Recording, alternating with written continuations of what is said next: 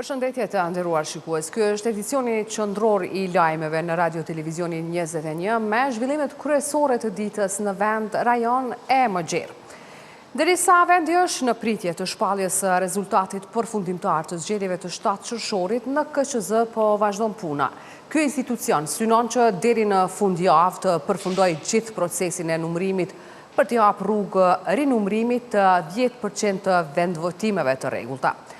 Zëdhënësi i KQZ-s, Valmir Elezi, ka bërë të ditur për Radio Televizionin 21 se deri më tani janë numëruar mbi 80 kuti të votave me post nga 223 sa janë. Në qendrën e numërimit dhe rezultateve ka vazhduar numërimi i votave me post nga diaspora. Nga mbi 85.000 zarfe të supozuara me plet votime, Komisioni Qendror i Zgjedhjeve ka aprovuar rreth 83.000 syresh, ndërsa të tjerat i ka refuzuar. Zëdhënësi i KQZ-s Valmir Elezi bëri të ditur se deri të hënën janë numëruar mbi 35% të këtyre votave.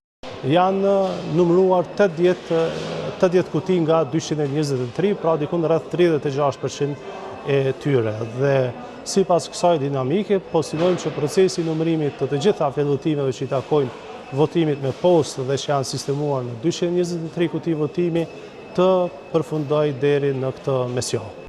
Ndërkohë, në bazë të përditësimit të fundit në platformën e KQZ-s, lëvizja vetëvendosje prin me 70.5% të votave të diasporës, e dyta lidhja demokratike me 14.68% të votave të diasporës, e pasuar nga Partia Demokratike me 8.12% të votave të diasporës dhe Aleanca me 5.18% të tyre.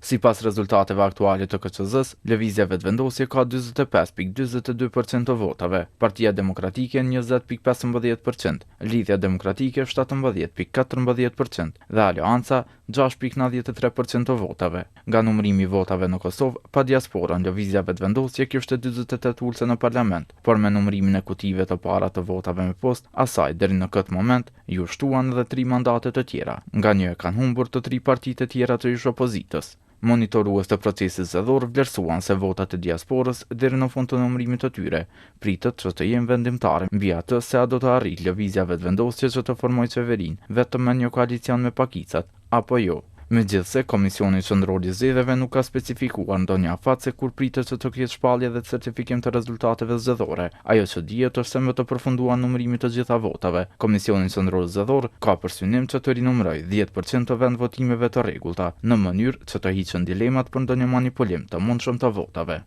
Pra kjo është një mekanizëm, një masë kontrolli që është marrë nga ana e KQZ-s pas problemeve të evidentuara në zgjedhjet e fundit, ku në disa nga qendrat komunale ka pasur mos evidentim të saktë të rezultatit të votave të kandidatëve për deputet. Andaj edhe ky vendim nga ana e KQZ-s apo ky ndryshim i rregullave zgjedhore për qendrën e numërimit dhe të rezultateve, pra ku parashihet edhe rinumërimi deri në 10% të vetëvotimeve, ka për qëllim që të sigurohemi se procesi i numërimit është bërë sipas ligjit dhe duke respektuar vullnetin e qytetarëve që është shprehur në fletën e votimit. Në zgjedhjet e dhjetorit të vitit të kaluar, prokuroria arrestoi dhe shoqëroi në polici qindra komisioner dhe vëzhgues zgjedhor në ndyshimet se kishin manipuluar dhe qetërsuar votat e kandidatëve për deputet. Rezultati përfundimtar pritet të japë orientim bashkëpunimit politik për krimin e institucioneve të reja. Aktualisht, të gjitha partitë kanë hequr vijat e kuqe. Kryetarja e partisë Guxo, Donika Gërvalla, ka shprehur besimin se nuk do të ketë blokadë në formimin e institucioneve, por njohës të punës së kuvendit thonë se një marrëveshje e shpejtë mes partive do të shmangte zgjedhjet e reja. Derisa procesi i numërimit të votave po shkon drejt fundit, subjektet politike ende nuk kanë dhënë sinjale për arritjen e ndonjë marrëveshjeje të mundshme për formimin e institucioneve. Përveç deklarimeve se do të kontribuojë në formimin e institucioneve, asnjëra nga ato nuk ka treguar nëse ka nisur diskutimet me njëra tjetrën lidhur me formimin e tyre. Kryetarja e partisë Guxo, Donika Gërvalla, ndërkohë, tha se bisedimet e mundshme me subjektet e tjera politike mund të bëhen pas certifikimit të rezultateve dhe se koalicioni Lëvizjes Vetëvendosje nuk ka diskutuar për koalicione. Nuk diskutojmë na as për vjetë kuqe, as për koalicione të cilat do t'i shohim pasi të kemi marrë rezultatin përfundimtar të certifikuar me qëllim që ta dim cili është mesazhi i qytetarëve.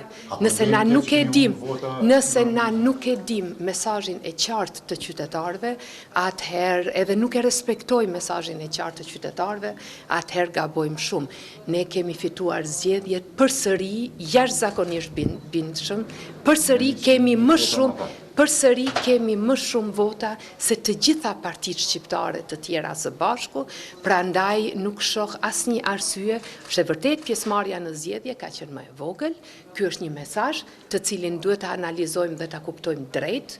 Sipas të dhënave të Komisionit Qendror Zgjedhor, aktualisht lëvizja vetëvendosje ka mbi 45% të votave, e ndjekur nga Partia Demokratike që aktualisht ka mbi 20% të votave. Kryetari i Partisë Demokratike Bedri Hamza, pak ditë më parë, ka thënë se preferenca e tij është formimi një qeverie pa lëvizjen vetëvendosje, por ka shtuar se ndërtimi i shpejtë i institucioneve bëhet vetëm me një marrëveshje politike para konstituimit të kuvendit. Ndërkohë, drejtori i Institutit Kosovar për Drejtësi, Ehat Miftaraj, thotë se në mënyrë që të shmangen zgjedhjet e reja, subjektet politike duhet të arrijnë një marrëveshje të shpejtë për formimin e institucioneve, me që sipas tij, afati kushtetues për zgjedhjen e presidentit për 60 ditësh aktivizohet në ditën kur konstituohet kuvendi.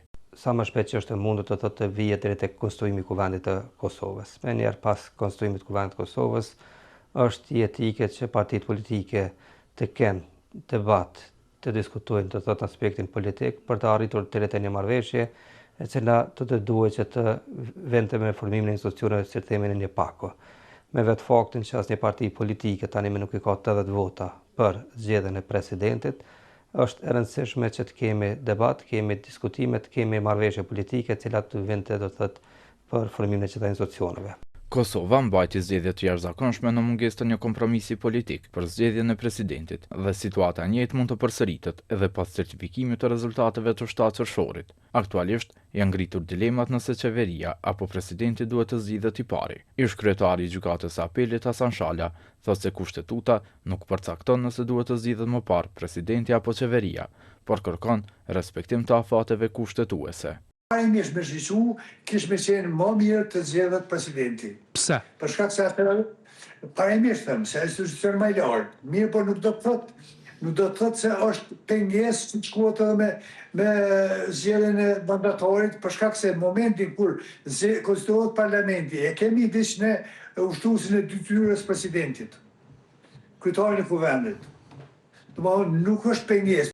Gjykata kushtetuese në aktgjykimin e fundit të saj ka qartësuar se procedura për zgjedhjen e presidentit duhet të nisë nga dita e konstituimit të kuvendit dhe të përfundojë më së largu brenda 60 ditëve. Ndërkohë, për formimin e qeverisë, subjektet politike kanë afatet e përcaktuara kushtetuese nëse arrin një marrëveshje për bashkëqeverisje apo nëse partia që mori shumicën e votave mund të ketë 61 vota të mjaftueshme për formimin e saj.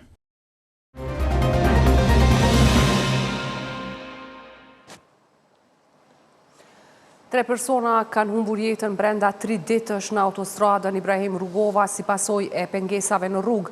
Tek pas aksidenteve fatale, Ministria e Infrastrukturës gjeti shkak të nënshkruaj kontratën për heqjen e dheut në segmente të rrugës. Kjo është gjendja në autostradën Ibrahim Rugova, e cila tash 2 vjet nuk është mirëmbajtur fare, e si pasojë kësaj ka ndodhur shumë aksidente, 3 prej të cilëve kanë humbur jetën. Qytetarët kërkojnë nga institucionet përgjegjëse të veprohet dhe të mirëmbahet dhe të rregullohet autostrada në mënyrë që të parandalohen këto aksidente. Brenda një periudhe të shkurtër, 3 persona kanë humbur jetën në këtë autostradë. 2 femra vdiqën me 12 dhjetor 2025, ndërsa dje në të njëjtin vend dhe për të njëjtat shkaqe vdiq një grua rreth 60 vjeçare. Raste tragjike po ngrenë shqetësime serioze për gjendjen në autostradë. Eksperti i sigurisë së komunikacionit Bekim Ahmeti vë në duke mos mirëmbajtjen e këtij aksi rrugor teje të frekuentuar në çdo kohë. Njëna për problematikave ka qenë që tenderi për largimin e dheut në autostradë është stërgjatë për arsye që operatori ekonomik që është dashur me kry punën nuk ka mujt me marrë vendimet me kry shpejt për arsye që OSHP-ja e ka shty marrjen e vendimit. Dhe si rezultat e asajna është shty edhe kjo procedurë e kryerjes punime. Dhe ndryshe, tash në anën tjetër, a ka neglizhencë absolut ka. Ka në çdo aspekt, e sidomos në komunikacion. Qoftë pej institucioneve, qoftë pej komunës, ashtu edhe prej Ministrisë së Infrastrukturës, do të thotë prej të dy palëve, ka elemente fusha vend ku duhet mu përmirësua jashtëzakonisht. 2 muaj është gjatë. Lemo 2 vjet. Absolut është shumë. Mirë, po këta tash ja hedhin fajin njëri tjetrit, unë nuk e di që ka një marrëveshje apo kontratë për raste emergjente me ndërhy në situata emergjente, e që dikush prej operatorëve ekonomik ta kryj punën, ose ata cilët janë në proces të kryerjes ta vazhdojnë punën, e kom ditë që mundet me ndodhë një gjatë tillë, për arsye që e njohëm edhe natyrën e komunikacionit, po edhe qytetarët që është lëvizin në komunikacion, po fati i mirë që nuk ka ndodhur deri tash dhe fati i mirë është që është numri i vogël. Ndërkohë, duke marrë shkas 3 viktimat e fundit, Ministria e Infrastrukturës dhe Transportit këtë hënë ka bërë të ditur se është nënshkruar kontrata për sanimin e rrëshqitjeve në autostradën Ibrahim Rugova. Nënshkruhen kontratat për sanimin e skarpateve në autoudhën Ibrahim Rugova. Pas përfundimit të procedurave dhe shqyrtimit të ankesës nga organi shqyrtues i prokurimit, Ministria e Infrastrukturës dhe Transportit kanë nënshkruar të premten kontratat për realizimin e punimeve për sanimin e skarpateve në autoudhën R7 Ibrahim Rugova. Sipas planifikimeve, mobilizimi i operatorëve ekonomik dhe fillimi i punimeve në autostradë do të bëhet gjatë ditëve në vijim. Kryetari i Prishtinës Përparim Rama ka reaguar pas njoftimit të Ministrisë së Infrastrukturës për nënshkrimin e kontratave në vlerë prej 4.67 milion eurosh për sanimin e skarpateve në autostradën Ibrahim Rugova, duke e lidhur këtë zhvillim me aksidentin tragjik të ndodhur një ditë më parë në këtë autostradë, ku humbi jetën një person. Në një postim në Facebook, Rama tha se dje Kosova u zgjua me lajmin tragjik të humbjes së jetëve në autostradë, ndërsa sot sipas tij u bë ditur se heqja e dheut që për vite u la aty pa u trajtuar do t'i kushtojë qytetarëve 4.67 milion euro. Aksident me fatalitet ka ndodhur edhe në rrugën e Kombit. Një këmbësor 46 vjeç është goditur për vdekje teksa po kalonte në anën tjetër të autostradës. Viktima me inicialet KA ka ndruar jetë gjatë transportit në spital, ndërsa drejtuesja e automjetit të shoqëruar në komisariat për procedure timore. Bëhet e ditur se viktima është ngasësja e viktima, pra edhe ngasësi e automjetit janë shtetas të Kosovës. Aksident edhe në rrugën pej Prishtinë në fshatin Jablanic me 4 persona të lënduar. Lajmin e ka konfirmuar zëdhënësi i policisë për rajonin e Pejës Fadil Gashi, i cili ka bërë të ditur se në aksident janë përfshirë 2 vetura. Të lënduarit po marrin trajtim mjekësor në spitalin e Pejës, ndërsa gjendja e tyre nuk është bërë ditur.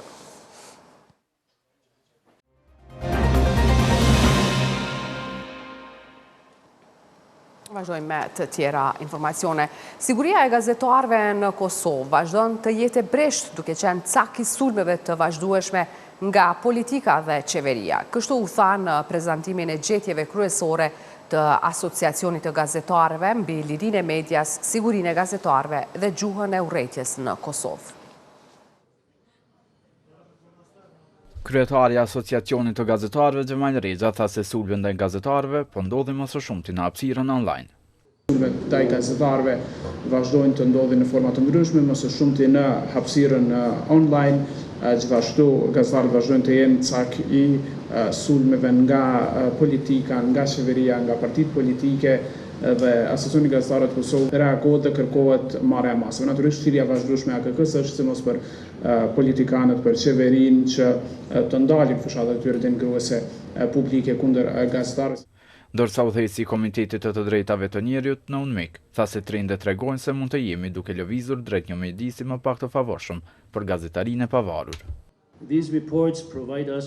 Trendet që të gjithë i dëshirojmë në baza ditore tregojnë se mund të jemi duke lëvizur drejt një mjedisi më pak të favorshëm në Kosovë. për shprehjen e lirë dhe gazetarinë e pavarur. Kjo nënvizon nevojën për të intensifikuar përpjekjet dhe për të përqendruar në parandalimin e përkeqësimit të mëtejshëm. Profesori Jeton Mehmeti prezantoi gjetjet lidhur me këtë çështje, duke theksuar se gjetja kryesore është se diskursi i dëmshëm në Kosovë dominohet nga polarizimi politik. Gjetja tjetër të cilën e nxjerr raporti kemi të bëjmë me një gjuhë të intensifikuar të sulmeve ndaj gazetarëve dhe kjo mbas është gjetja më e rëndësishme në kuptimin e impaktit që mund të ketë për institucionin e gazetarisë. Aty kemi hasur në shprehje në diskutime dhe debatet të cilat i referon gazetarëve me terme të ndryshme si mercenar, të paguar, të sponsorizuar, marrin çanta me para e kështu me radhë. Shprehjet këto të cilat gjatë këtij 3 mujori që kemi parë. Burbuqe Kastrati nga Lëvizja Fol vuri në pap pasigurinë e gazetarëve, që ka nxjerrë raporti Asociacionit të Gazetarëve të Kosovës, duke theksuar se në periudhën janar-maj 2026 janë raportuar në polici 9 raste të sulmeve fizike dhe jo fizike ndaj gazetarëve. Të dhënat e raportit dhe ato pra institucionale nga policia dhe prokuroria e shtetit tregojnë që vetëm gjatë 5 muajve të parë të vitit 2026 janë raportuar 9 sulme fizike dhe jo fizike nga gazetarëve në Kosovë. Ky është i njëjti numër rastesh sa janë raportuar gjatë tërë vitit 2025. Pra, i njëjti numër 9 në total ka qenë numri total i raportimeve gjatë vitit 2025. Kurse në këtë vit që jemi, pra 2026, kemi 9 raste në total nga periudha janar-maj. Ky faktikisht në vetvete tregon se problemi mbetet serioz, edhe sigurisht që kërkon një një vëmendje të shtuar institucionale. Avokati Ylzeka ndërkaq potencoi numrin e madh të rasteve të raportimeve për këto sulme në gjykata, por që procedurat për to janë të zgjatura. Vazhdon të jetë numri i madh i rasteve në gjykata, vazhdon të jetë stërzgjatja e këtyre procedurave, përkundër që Këshilli Gjyqësor ka arritur që në kuadër të strategjisë për trajtimin e lëndëve të vjetra, ka fus padit slep si padi që duhet të trajtohet me urgjencë. Ajo që ka duhet të bëhet, besoj edhe që kemi ngritur edhe përmes AGK-s me Këshillin Gjyqësor, është që padit slep duhet të marrin një përgjigje të trajtimit të hershëm. Të shqyrtuar në fazën e parë dhe jo pastaj të pritet deri në fund, që kur vjen në shqyrtimet gjyqësore pastaj të vërtetohet që është një padit slep për shkakun e vetëm se kjo domethënë i vetë cenzuron gazetarët nga kryerja e punëve të tyre. Gjykata themelore në Prishtinë ka dënuar ish pjesëtarin e ISIS-it Hysri Selimi me 6 vjet burgim për spionazh në bian e Serbisë. Sipas akuzës së prokurorisë speciale, ai ka takuar drejtorin e antiterrorizmit në kuadër të bias Igor Babić dhe një zyrtar tjetër, të cilët i ka informuar për rrymat radikale dhe habiste në Kosovë që janë zhvilluar jashtë kontrollit të Bashkisë Islame. I akuzuari pretendohet se i ka dërguar informata bias edhe për pjesëtarët e UÇK-s dhe vrasjet gjatë luftës. Prokuroria speciale pretendon po ashtu se ai ju bashkua ISIS-it me urdhër të bias. Gjykata themelore në Prishtinë i ka caktuar nga një muaj para burgim 5 të dyshuarve për krime lufte kundër popullsisë civile në rastin Reçaku 2. Gjykata vlerësoi se ekziston rrezik real i arratisjes së të pandehurve nëse lihen në liri me qëllim shmangjen e përgjegjësisë penale. Ish-ministri i Industrisë Endret Shala është dënuar me 2 vjet burgim. Trupi gjykues i themelorës në Prishtinë tha se nuk ka gjetur prova për veprën penale keqpërdorim i detyrës zyrtare, por për konflikt interesi. Shala akuzohej se i ka bërë favor Baxhanaku duke i mundësuar përfitim të kundërligjshëm në vlerë mbi 700.000 euro. Shala ka qenë ministër nga radhët e nismës në kohën e koalicionit PAN. Gjykata themelore në Prizren i ka caktuar një muaj para burgim të miturit me inicialet AO për vrasjen e të riut Albian Osmanaj dhe plagosjen e babait të tij në fshatin Kobaj të Prizrenit. Sipas prokurorisë, i mituri dhe i dyshuari tjetër SHO me 14 qershor në fshatin Kobaj në bashkëkryerje dhe me dashje kanë privuar nga jeta viktimën dhe kanë vënë në rrezik jetën e të dëmtuarit të nxitur sipas dyshimeve nga nëna e të pandehurve.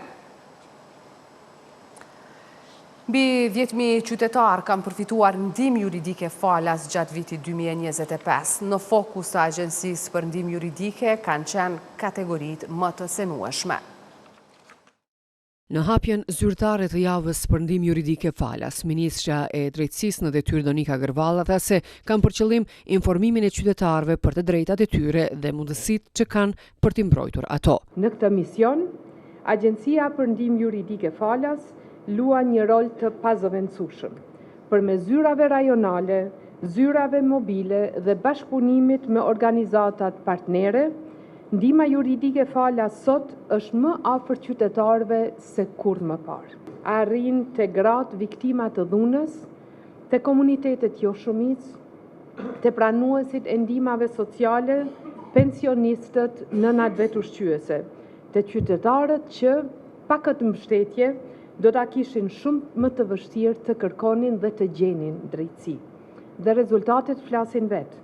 Vetëm gjatë vitit 2025, Agjencia dhe organizatat partnere kanë ofruar ndihmë juridike falas për më shumë se 10.000 qytetarë. Ndërsa ushtruesi detyrës së drejtorit ekzekutiv nga Agjencia për Ndihmë Juridike, Fatonia Shari, vuri në pa shtrirjen në të gjithë vendin të ndihmës juridike falas. Viti 2025 e dëshmoi qartë këtë mision në praktikë. Agjencia për Ndihmë Juridike falas ka siguruar shtrirje për ndihmë juridike falas në të gjithë territorin e Republikës Kosovës përmes 7 zyra rajonale, 23 zyra mobile dhe zyrës mobile lëvizëse. Vetëm në Agjencinë për Ndihmë Juridike falas ka ofruar ndihmë juridike falas për 6.797 qytetarë. Stafi ynë kanë ndërmarrë 6.936 veprime juridike, ndërsa 733 lëndë janë referuar të avokat për përfaqësim dhe shërbime të mëtejme. Kur këtij angazhimi i shtohen edhe organizatat jo qeveritare, partnere të Agjencisë për Ndihmë Juridike falas, numri i trajtuar në vitin 2025 arrin mbi 10.000. Në fokus kanë qenë kategoritë më të cënueshme: viktimat e dhunës në familje, viktimat e dhunës në bazë gjinore, viktimat e trafikimit me qenie njerëzore, fëmijët, të miturit, personat e diskriminuar, personat e dhunuar seksualisht gjatë luftës së fundit. Nga OSBE-ja, zëvendësdrejtoresha e Departamentit për të drejtat e njeriut dhe komunitetit, Tamara Kidashelli, tha se barierat ligjore e ekonomike po vazhdojnë t'i pengojnë qytetarët për t'i ushtruar të drejtat e tyre, por kjo arrihet me ndihmë juridike falas, theksoi se ligjet nuk janë të mjaftueshme. Barierat e caktuara vazhdojnë të parandalojnë njerëzit që t'i qasën plotësisht dhe të ushtrojnë të drejtën e tyre dhe kërkojnë mjete juridike kur këto të drejtat të tyre shkelen. Prandaj, ndihma juridike falas nuk është thjesht një shërbim, është një vegël esenciale për të siguruar barazi para ligjit. Përmendur tashmë shumë herë dhe më duhet të përsëris në njëri që ligji si ligj nuk mjafton. Ndikimi i ligjit varet nëse banorët e Kosovës janë të vetëdijshëm për drejtat që gëzojnë dhe kanë dhe të dinë si t'ju qasen atyre. Prandaj, ngritja vetëdijsimit është kaq e rëndësishme. Rrugtimi maratonik prej 1500 kilometrash në këmbë i bokserit profesionist Lapjan Miridon Mulolli, i cili nisi 15 ditë më parë nga qyteti i Sullit i Gjermanisë, ka përfunduar zyrtarisht sot në sheshin Nën Tereza në Prishtinë. Qytetar dhe familjar kishin dalur për të pritur Mulollin, i cili realizoi një rekord heroik në ecje prej mëse 1500 kilometrash. Bokseri Miridon Mulolli shpjegoi detaje nga ky udhëtim përgjatë, siç tha, këtyre 2 javëve të vështira. Ky udhëtim ka nisë spori prej Gjermanisë, prej Sullit të Gjermanisë. Rruga më ka shumë në Çeki, kam kalu Çekin. Prej Çekisë kam dalë në Austri, prej Austrisë kemi kalu në Hungari, Hungarisë në për shtetin tonë Fshinë, armikun tonë kryesor Serbinë, dhe tash jemi në Kosovë. Shtaza ku jem konë tepër i raskapitën ka pas gjatë gjithë kohës, sidomos si kum kalu 300 km e parë, ka fillu trupi më lodhë, i pota edhe tash në momentet e funit, për deri sa isha në rrugë drejt sheshit. Jem gëzu tepër, kum një vetëm tepër krenar. S'më me përshu me fjallë sa shumë jem gëzu. I pranishëm në këtë pritje të veçantë dhe emocionale ishte edhe babai i boksierit Filmi Mulolli, i cili shfaqi emocionet përzjera për këtë veprim heroik të djalit të tij. Shumë i kënaqur, një kohë, po kam shumë emocione kam. S'po di as më treguar, as forse ne kam një veten shumë mirë. As se kam prish. As e kam pas ja, kam lekësi me orë kom, ne njerë më të kështë shako, tash, anë i lirë, tash, s'kënë sa më të po, tash, cilë duhet, tash, të më të forës të tua, e di që konë shumë, ka pos dëshirë shumë për më ardhë. Ky udhtim ishte edhe një test i jashtëzakonshëm fizik për boksierin Lapian Miridonin, i cili pak më pak se 2 muaj e gjysmë pritet të ketë një përballje tejet të rëndësishme.